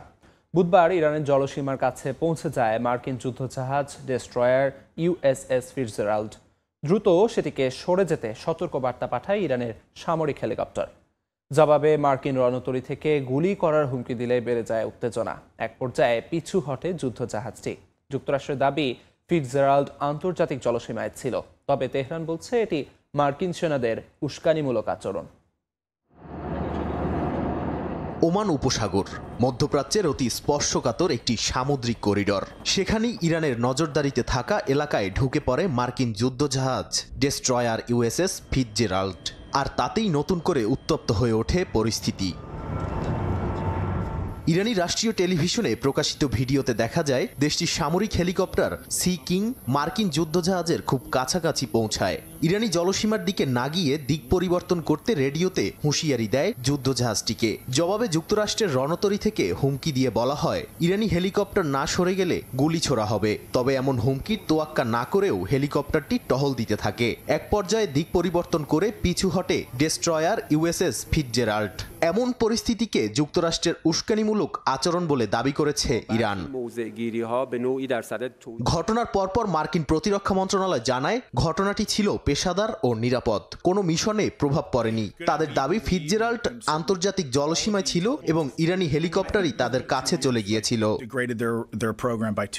ওমান উপসাগরে সামরিক উত্তেজনার পর কূটনৈতিক লড়াই হয় জাতিসংঘে। নিরাপত্তা পরিষদে রাখা বক্তব্যে ইরানি উপপররাষ্ট্রমন্ত্রী কাজেম গারিবাবাদি অভিযোগ করে বলেন, যুক্তরাষ্ট্র ও ইসরায়েল মিলে জাতিসংঘ সনদকে পদদলিত করছে। তিনি বলেন, গাজায় হাজার হাজার সাধারণ মানুষের হত্যাকাণ্ড, স্কুল হাসপাতালে বোমা হামলা এবং খাদ্য সরবরাহের পথ বন্ধ করে ইসরায়েল গণহত্যা চালাচ্ছে। আর এই অপরাধে তাদের সহযোগী হলো মার্কিন সরকার। এদিকে সাবেক মার্কিন দূত রবার্ট ম্যালি এক সাক্ষাৎকারে বলেন, ইরানে হামলা যুক্তরাষ্ট্রের ভুল সিদ্ধান্ত ছিল। এর পরিণতি হবে দীর্ঘমেয়াদী, অনিশ্চিত এবং মার্কিন নিরাপত্তা নীতিকে হুমকির মুখে ফেলবে। ম্যালির বক্তব্য অনুযায়ী এই হামলায় শুধু পরমাণু কেন্দ্র নয়, হাসপাতাল ও আবাসিক এলাকাও আক্রান্ত হয়েছে। এ কারণে তেহরানে সরকার বিরোধী নয়, বরং জাতীয়তাবাদী আবেগ বেড়েছে। এমন পাল্টাপাল্টি উত্তেজনার মধ্যে ইরান স্পষ্ট জানিয়ে দিয়েছে, পরমাণু আলোচনায় ফিরতে হলে যুক্তরাষ্ট্রকে বিশ্বাস অর্জন করতে হবে। তেহরান বলেছে, পরমাণু সমঝোতার অধিকার স্বীকার, গোপন যুদ্ধ চালানো বন্ধ এবং নিষেধাজ্ঞা তুলে নেয়াই হবে আলোচনার শর্ত। নাদিম মারজান, সময় সংবাদ। দক্ষিণ কোরিয়ায় শ্রীলঙ্কার এক অভিবাসী শ্রমিককে অমানবিক কায়দায় শাস্তি দেওয়ার ভিডিও ভাইরাল হয়েছে। এ নিয়ে দেশ জুড়ে সমালোচনার ঝড় উঠেছে।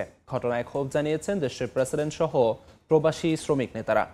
ভিডিওতে দেখা যায়, অভিবাসী শ্রমিককে প্লাস্টিকের মোড়কে বেঁধে ফর্ক লিফট দিয়ে তুলে নিয়ে শাস্তি দিচ্ছে কারখানার লোকজন। ঘটনাটি নাজু শহরের একটি ইট কারখানার। ভিডিওটি ছড়িয়ে পড়ার পর দক্ষিণ কোরিয়ার নতুন করে শ্রমিক নির্যাতন নিয়ে সমালোচনা শুরু হয়। ঘটনার তীব্র নিন্দা জানিয়ে প্রেসিডেন্ট লি জে মিয়ং এটিকে মানবাধিকারের সুস্পষ্ট লঙ্ঘন বলে উল্লেখ করেন। শ্রম মন্ত্রণালয়কে তদন্ত করে দায়ীদের বিরুদ্ধে আইন অনুযায়ী ব্যবস্থা নেওয়ার নির্দেশও দেন তিনি।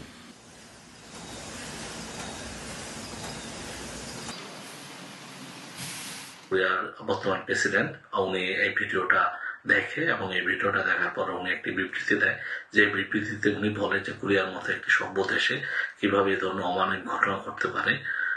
এই ধরনের ঘটনা কখনোই মেনে নেওয়া যায় না এবং এটা সুষ্ঠু তদন্ত এবং বিচারের আদেশ। যুক্তরাজ্যের লন্ডনে শুরু হয়েছে এক অভিনব প্রদর্শনী, the legend of Titanic. Virtual reality আর 360 ডিগ্রি প্রযুক্তিতে তৈরি হয়েছে ডুবে যাওয়া জাহাজের এক নতুন জগৎ। চোখের সামনে ডুবে যাচ্ছে টাইটানিক, পাশে দাঁড়িয়ে আছেন ক্যাপ্টেন স্মিথ। আর সেই অভিজ্ঞতার মাঝেই দেখা মিলছে 1912 সালের বাস্তব নিদর্শনগুলোর।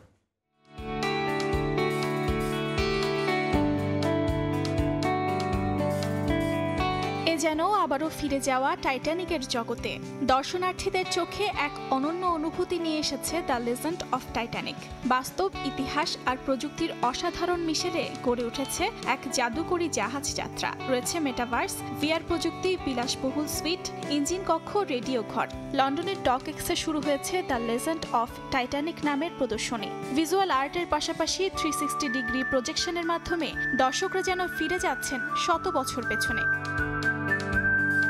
প্রদর্শনীর শুরুতেই থাকছে ভিআর প্রযুক্তির মাধ্যমে এক বিশেষ সঙ্গীত অভিজ্ঞতা, until the orchestra fell silent. টাইটানিকে বাজানো সেই শেষ অর্কেস্ট্রার প্রতি শ্রদ্ধা জানাতে নতুন সঙ্গীত রচনায় এটি রেকর্ড করা হয় 50 সদস্যের একটি সিম্ফনি দলের মাধ্যমে। এরপরই রয়েছে মূল আকর্ষণ, মেটাভার্স। এই প্রদর্শনীর সবচেয়ে বড় আকর্ষণ হলো মেটাভার্স অভিজ্ঞতা। এখানে দর্শনার্থীরা 10 মিনিটের জন্য ফ্রি রোমিং ভিআর গ্লাস পরে এক ভিন্ন জগতে প্রবেশ করেন। 1912 সালে প্রথম যাত্রাতেই সমুদ্রে ডুবে গিয়েছিল টাইটানিক। 1 শতকেরও বেশি সময় পর সেই করুণ অধ্যায় এবার উঠে এসেছে এক ভিজুয়াল অভিজ্ঞতায়। দ্য লিজেন্ড অফ টাইটানিক প্রদর্শনী চলবে নভেম্বর পর্যন্ত। অর্জিতা শেহজিন, সময় সংবাদ। রাজধানীর হাতিরঝিলে অনুষ্ঠিত হলো ফ্যামিলি রান ম্যারাথন। 2 ক্যাটাগরিতে দেশি বিদেশি প্রায় 1500 রানার অংশ নিয়েছেন। এতে এই মুহূর্তে সেখানে আছেন রিপোর্টার তাজিন খন্দকার। সরাসরি যাচ্ছি তার কাছে। দৌড়ের দৌড়ের জন্য জীবন কিংবা জীবনের জন্য দৌড়, এই প্রতিপাদ্য নিয়ে কিন্তু আজকে ইন্সপায়ার বাংলাদেশের পক্ষ থেকে একটা ম্যারাথনের আয়োজন করা হয়েছে রাজধানীর হাতিরঝিলে। শুক্রবার ছুটির দিনে আয়োজন করা হয়েছে, যেই ছুটির সকালেও কিন্তু এত প্রতিযোগিতার অংশগ্রহণ, যেটা আসলে সবাইকে মুগ্ধ করার মতো। বিভিন্ন ক্যাটাগরিতে, মূলত 2 ক্যাটাগরিতে বিভিন্ন বিভাগে অংশগ্রহণকারীরা এখানে এই ম্যারাথনে অংশগ্রহণ করেছেন, যেখানে 2.2 কিলোমিটার এবং 7.5 কিলোমিটারে অংশগ্রহণ করেছেন বিভিন্ন বয়সী দৌড়বিদরা, যাদেরকে আসলে একদম ইনিশিয়াল স্টেজেও এমন কিছু দৌড়বিদ আসলে অংশগ্রহণ করেছেন যারা এই প্রথমবারের মতো দৌড়াচ্ছেন বা প্রথমবারের মতো রান করছেন। তারা পরিবারের সঙ্গে এসেছেন, কেউ এসেছেন বাবার হাত ধরে, কাউকে আমরা দেখতে পেয়েছি আসলে যে বন্ধুর সঙ্গে এসেছেন কিংবা ভাই বোন এসেছেন। সো এই ম্যারাথনটার আসলে মূল উদ্দেশ্যটাই হচ্ছে পারিবারিক বন্ধনটাকে সুদৃঢ় করা। সো এই পারিবারিক বন্ধন সুদৃঢ় করার জন্য এই ইন্সপায়ারিং বাংলাদেশ ফ্যামিলি রান 2025 এর আয়োজন করা হয়েছে, যেখানে মূলত প্রত্যেকে আসলে পরিবারের একজন সদস্য বা একের অধিক সদস্য নিয়ে আসলে এই ম্যারাথনে অংশগ্রহণ করেছেন। সেখানে আমরা দেখতে পেয়েছি যে একদম ছোট বলতে কেজিতে পড়ছে এরকম একজনকে আমরা দেখেছি, যে 2.2 কিলোমিটারে আসলে মেল ক্যাটাগরিতে তিনি চ্যাম্পিয়ন হয়েছেন। সো এই বিষয়গুলো আসলে আমরা আমাদের এখানে যারা রানার ছিলেন তাদের সঙ্গে কথা বলেছি, তারা এটা আমাদেরকে বলছিলেন যে এই ছোটদের কাছ থেকে তারা আসলে অনেকখানি ইন্সপিরেশন খুঁজে পেয়েছেন। আমরা এখানে এমন একজনের সঙ্গে কথা বলেছি যিনি আসলে বাংলাদেশ হুইল চেয়ার ক্রিকেটের প্রতিষ্ঠাতা অধিনায়ক। তিনি হুইল চেয়ারের যে তার প্রতিবন্ধকতা, সেই প্রতিবন্ধকতাকে ছাপিয়ে আসলে এই রানে অংশগ্রহণ করেছেন এবং এই রান দিয়ে আসলে শরীরকে কতখানি সুস্থ রাখা যায় সেই সুস্থতা আসলে নিশ্চিত করার জন্য সেই রানে অংশগ্রহণ করেছেন এবং দৌড়ের মাধ্যমে আসলে শরীরকে কতখানি সুস্থ রাখা যায় এবং পারিবারিক বন্ধনটাকে কতখানি সুদৃঢ় রাখা যায় সেই ব্যাপারটা সুনিশ্চিত করতেই কিন্তু এখানে রানাররা অংশগ্রহণ করেছেন। একটু জানিয়ে রাখতে চাই যে এখানে কিন্তু প্রায় 50 জনেরও বেশি বিভিন্ন দেশের নাগরিক আসলে এই রানে অংশগ্রহণ করেছেন। সো আমার কাছে এই ছিল হাতিরঝিল থেকে ইন্সপায়ারিং বাংলাদেশ ফ্যামিলি রানের সবশেষ খবর। ক্রিকেট এবং কন্ডিশনে খেলে আর যাই হোক এশিয়া কাপের প্রস্তুতি সম্ভব না। সিরিজ হেরে এভাবেই মিরপুর নিয়ে নিজেদের মনোভাব জানিয়ে গেলেন সালমান আগা। তবে সফরকারী ক্যাপ্টেনের সঙ্গে একমত নন লিটন। আজকের উইকেটকে লেটার মার্ক দিচ্ছেন টাইগার অধিনায়ক। টানা খেলার মধ্যে থাকায় এশিয়া কাপের আগে একটু বিশ্রাম চাইলেও একটা সিরিজ খেলার আশা এলকেডির। মিরপুরের উইকেট এ যেন এক প্যান্ডোরার বক্স, যার মাঝে কি আছে তা আজীবন এক চমক খোদ স্বাগতিকদের কাছেও। পাকিস্তানের বিপক্ষে প্রথম 2 ম্যাচে যেখানে 100 রান করতেই হিমশিম খেয়েছে 2 দল, সেখানে 178 করেও সন্তুষ্ট নন পাকিস্তানিরা। নিজেদের এক্সিকিউশন নিয়ে হতাশা থাকলেও পাকিস্তানিদের কাছে এই সিরিজের খলনায়ক শেরে বাংলার উইকেট। সালমান আগার পরিষ্কার কথা, এখানে খেলে সম্ভব না এশিয়া কাপের প্রস্তুতি নেওয়া। এরকম কন্ডিশন কোথাও হবে না। আমি বাংলাদেশ ছাড়া এমন কন্ডিশন কোথাও পাইনি। এখানে ম্যাচ খেলে এশিয়া কাপ বা বিশ্বকাপের প্রস্তুতি সম্ভব নয়, তাই এটাকে প্রস্তুতি সিরিজ মনে হচ্ছে না। উইকেট আজকেও একই রকম ছিল, আগের মতোই। আজকে আমরা ভালো ব্যাট করেছি, তাই হয়েছে। এই উইকেট এশিয়া কাপ বা বিশ্বকাপের প্রস্তুতির জন্য আদর্শ নয়। পাকিস্তানিরা শুরু থেকেই ব্যাকফুটে মিরপুরের পিছে। কোচের পর ক্যাপ্টেনের ভাষ্য বড্ড নেতিবাচক, কিন্তু লিটন একমত নন সফরকারীদের সঙ্গে। তার চোখে বরং তৃতীয় ম্যাচের উইকেট যথেষ্ট ভালো প্রস্তুতির জন্য। না, এটা খুবই ভালো উইকেট ছিল। আমার কাছে মনে হয় যে 2টা গেম আমরা খেলেছি তার থেকে মাচ বেটার উইকেট ছিল এটা। টোটালি আমি বলবো ব্যাটিং ফ্রেন্ডলি উইকেট ছিল। যদি দেখেন আমরা বোলিং ইউনিট খুবই ভালো বল করেছি। অ্যাজ এ ক্যাপ্টেন আমি মনে করি 180 chasable, but at the same time আমরা ওই 6 ওভারের পাওয়ার প্লেতে গেমটা অনেকটা লুজ করে ফেলেছি। So as a batting unit আমরা ক্যালকুলেটিভ ক্রিকেট খেলতে পারিনি আজকে। টানা 2 মাস ক্রিকেট মাঠে ব্যস্ত ছিলেন বাংলাদেশি ক্রিকেটাররা। আমিরাত, পাকিস্তান, শ্রীলঙ্কা ঘুরে মিরপুরে শেষ হলো তাদের লম্বা যাত্রা। এবার বিরতি, কিন্তু বিশ্রাম চাইলেও বিসিবির কাছে এই বিরতিতে আরেকটা সিরিজ চান লিটন দাস। ডেফিনেটলি যদি আমাদের এই গ্যাপের পর ফিটনেস অনেক ইম্পর্টেন্ট, কারণ আপনি জানেন যে এই ফরম্যাটে খেলতে গেলে আপনার ফিটনেসটা কতখানি দরকার। আমাদের ফিটনেস ক্যাম্প হওয়ার পরে যদি একটা সিরিজ হয় এটা আমাদের জন্য খুবই ভালো হবে। বাংলাদেশের বোলিং নিয়ে চারদিকে প্রশংসা বাক্য ছুটলেও বাস্তবতাকে চোখে আঙ্গুল দিয়ে দেখিয়ে দিলেন লিটন। বললেন মুস্তা ছাড়া কেউই ডেথে আপ টু দ্য মার্ক নন। লম্বা গ্যাপে তাই অধিনায়কের চাওয়া সবাই কাজ করবেন নিজেদের দুর্বলতার জায়গাগুলো নিয়ে। কন্টিনিউ যখন ব্যাটিং ভালো করতে থাকবেন, ভালো উইকেটে খেলতে থাকবেন, ভালো ব্যাটিং করবেন, বোলারদের ম্যাচ জেতানোর সুযোগটা বেশি থাকবে। সো আমরা যদি ওই জায়গাটা একটু, কারণ এক্সেপ্ট মুস্তাফিজ, আমরা সবাই জানি মুস্তাফিজ ডেড বোলিংয়ের জন্য কতটা বিধ্বংসী হতে পারে, বাট আরও যারা আছে তাদের এখনও সময়, যারা এখান থেকে ওয়ার্ল্ড কাপ আগ পর্যন্ত যদি আমাদের এই জিনিসটা ইমপ্রুভ করতে পারে, আমার মনে হয় আমাদের টিম আরও ডেভেলপ করবে। শুরুর আগে বিসিবি থেকে বলা হয়েছিল সাকিব আল হাসানের নাম সম্বলিত ব্যানার নিয়ে মাঠে প্রবেশে কোনো বাধা নেই সমর্থকদের। শেষ টি-20-তে দেখা গেল ভিন্ন চিত্র। বেশ কিছু সমর্থকদের ব্যানার কেড়ে নেয় বিসিবি নিরাপত্তায় থাকা ব্যক্তিরা। বলা হয় ব্যানার নিয়ে মাঠে প্রবেশ করা যাবে না। এ নিয়ে অভিযোগ করেন সমর্থকরা। এই ব্যানারটা আপনি লিখেছেন দেখে এই ব্যানার নিয়ে আপনাকে ঢুকতে দেওয়া হচ্ছে না? হ্যাঁ, আমি যে ব্যানারে লিখছি যে সাকিব নাম উল্লেখ করছে, এর জন্য আমাকে ভিতরে দেওয়া হচ্ছে না। আপনি তাদেরকে জিজ্ঞেস করেননি যে ব্যানার নিয়ে তো প্রবেশে কোনো বাধা নেই, বিসিবি থেকেই বলা হয়েছে? হেল্পের জন্য সেনা সদস্যের কাছে আসছি, যে অফিসার স্যারে বললাম স্যার এই অবস্থা। স্যারে বললো যে এখানে তো সাকিব নিয়ে তো কোনো নাই, যে সাকিব নামে কেউ ঢুকতে পারবে না, অবশ্যই তুমি ঢুকতে পারবা, কিন্তু আমাকে ভিতরে ঢুকতে দিচ্ছে না। তো আমাকে কে ঢুকাবে আমি এটা বুঝতে পারতেছি না। আপনি কি ব্যানার ছাড়া ঢুকতে চান? না, আমি ব্যানার ছাড়া কেন ঢুকবো? যদি সাকিব নামে যদি নিষিদ্ধ থাকে বাংলাদেশে, তাহলে আমি হয়তো খেলা দেখবো না, হয়তো বাসে চলে যাব। যেহেতু সাকিব নামে নিষিদ্ধ, খেলা আমাদের কোনো নাই, তাহলে আমরা খেলা দেখলাম না। মানে আপনি চাচ্ছেন যে এই ব্যানারটা নিয়ে ঢুকতে, কিন্তু আপনাকে ঢুকতে দেওয়া হচ্ছে না? আমার কাছে ভিডিও ফুটেজটা আছে যে আমাকে মানে বাধা দেওয়া হয়েছে। এই যে আমি গেলাম, যাওয়ার পর আমাকে এই যে ইউনু বাধা দিল, অন্য এক সিনিয়র আছে ওনার মাধ্যমে বাধা দেয়, যেখানে অনেক সাকিবিয়ানদের পোস্টার ওইখানে রেখে দিছে। মানে যারাই সাকিবের ব্যানার নিয়ে আসছে তারাই মাঠে তাদেরকে ঢুকতে দেওয়া হচ্ছে না ব্যানার সহ? হ্যাঁ, ব্যানার সহ। হয়তো লুকিয়ে নিয়ে অনেকজনের, যদি আপনার মাঠের ভিতরে যদি দেখেন ব্যানার আছে, তাহলে ভাববেন তারা লুকিয়ে নিয়ে গেছে। আমি লুকিয়ে কেন নিয়ে যাবো? আমি হয়তো লুকিয়ে নিয়ে যেতে পারবো, অবশ্যই নিয়ে যেতে পারবো। আমার কথা হচ্ছে আমি কেন লুকিয়ে নিয়ে যাবো? দর্শক, আসলে বিসিবির দ্বিচারিতার আরেকটা নতুন নিদর্শন। সিরিজ শুরুর আগে বিসিবি থেকে বলা হয়েছিল যে সাকিবের নাম সম্বলিত কোনো ব্যানার নিয়ে মাঠে ঢুকতে কোনো বাধা নেই। অতীতে অনেককে কিন্তু মাঠ থেকে বের করে দেওয়া হয়েছিল। সাকিবের ব্যানার নিয়ে, সাকিবের জার্সি পরা অবস্থায় যেসব দর্শক মাঠে ঢুকেছিলেন তাদেরকে বের করে দেওয়া হয়েছে। তবে সম্প্রতি আমরা দেখেছিলাম যখন আমিনুল ইসলাম বুলবুল বিসিবি সভাপতির দায়িত্ব নিলেন, যখন টেস্ট স্ট্যাটাস প্রাপ্তির 25 বছর উদযাপন করলো, সেখানে প্রতিটা ভেন্যুতেই সাকিবের ছবি ছিল। এবং এরপরে যখন গণমাধ্যম থেকে জিজ্ঞেস করা হয়েছিল যে এই সিরিজে সাকিবের ব্যানার নিয়ে ঢুকতে কোনো বাধা দেয়া হবে কিনা, বিসিবির একজন পরিচালক কিন্তু বলেছিলেন যে কোনো বাধা নেই, তারা অবশ্যই ঢুকতে পারবে। কিন্তু প্রথম ম্যাচে আমরা দেখেছিলাম অনেকে ঢুকেছিল।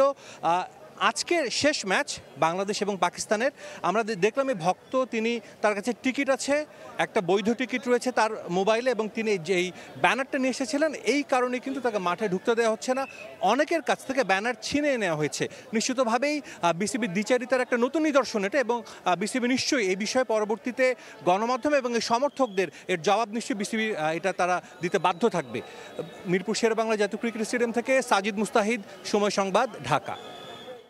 কথা দিয়েও দুই বন্ধুর একসঙ্গে বাংলাদেশের খেলা দেখা হয়নি। মাইলস্টোন ট্র্যাজেডি কেড়ে নিয়েছে এক বন্ধুর জীবন। তাকে ছাড়াই মিরপুরে এসে স্মৃতিকাতর আরেক বন্ধু। টিকিট কিনেছিলেন তার সেই বন্ধুটি। এছাড়া এদিন মিরপুরে স্মরণ করা হয়েছে সেই মর্মান্তিক দুর্ঘটনায় প্রিয় শিক্ষার্থীদের জন্য জীবন উৎসর্গ করা শিক্ষক মেহেরিন চৌধুরীকেও। বিসিবিও এই ম্যাচের টিকিট বিক্রির পুরো অর্থ ব্যয় করবে মাইলস্টোনের ট্র্যাজেডি নিহত ও আহত শিক্ষার্থীদের জন্য। বন্ধু বলেছিল একসঙ্গে মাঠে বসে খেলা দেখবে। কদিন আগেও ছিল সবকিছু ঠিকঠাক, তবে হঠাৎ এক ঝড় পাল্টে দিল সব। মাইলস্টোন ট্র্যাজেডি কেড়ে নিল একজনের জীবন।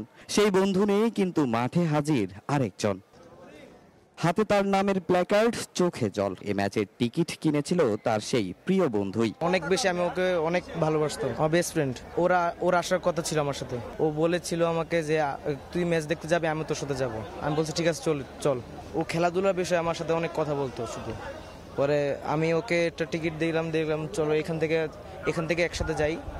পরে ও আর ও স্পট ডেট হয়েছে, টাঙ্গাইলের বাসা। গ্যালারির একাংশে চোখে পড়ে আরেক আবেগ ঘন দৃশ্য।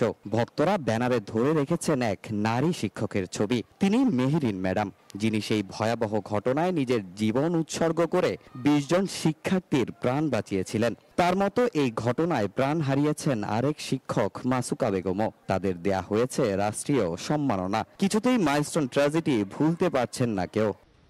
বাংলাদেশ ক্রিকেট বোর্ডও তাদের দায়িত্ব ভুলে যায়নি। দ্বিতীয় ম্যাচে ছিল নানা কার্যক্রম। এছাড়া এই ম্যাচের পুরো টিকিট বিক্রির অর্থ ব্যয় করবে মাইলস্টোন ট্র্যাজেডিতে নিহত ও আহতদের সহায়তায়। তামিম হোসেন, সময় সংবাদ, ঢাকা। এ পর্যায়ে শীর্ষ সংবাদগুলো জানিয়ে দিচ্ছি আরেকবার।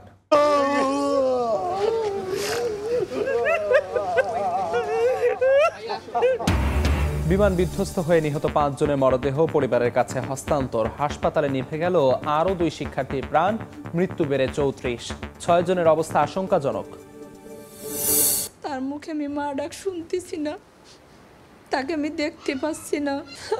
তার আমার মেয়ে নিতে আসতে পারিনি। শৈশবের দুরন্তপনা থেমে কবরের নিস্তব্ধতা। সন্তানের স্মৃতিতে বেদনার মহাকাব্য, যন্ত্রণায় পাগল প্রায় মা বাবা। মাইলস্টোন ট্র্যাজেডিতে চুরমার বহু পরিবারের স্বপ্ন। কোটা আন্দোলনকে রাজনৈতিক চরিত্র দেয় ছাত্রদল, দাবি নেতাদের। স্বৈরাচার পতনের অবদান জনসাধারণের, কৃতিত্ব নেয়ার খেলা অপ্রত্যাশিত, বলছেন অভ্যুত্থানের নায়করা। যাত্রাবাড়িতে যুবদল কর্মী হত্যা মামলায় কারাগারে সাবেক প্রধান বিচারপতি খায়রুল হক। তত্ত্বাবধায়ক নিয়ে রাষ্ট্রবিরোধী রায়েরও বিচার চান মির্জা ফখরুল।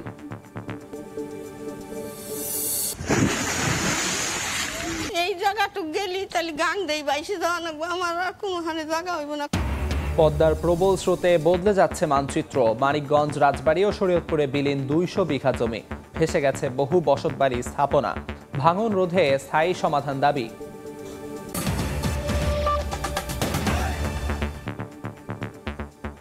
এই ছিল ভোরের সময়। সঙ্গে থাকুন সময়ের।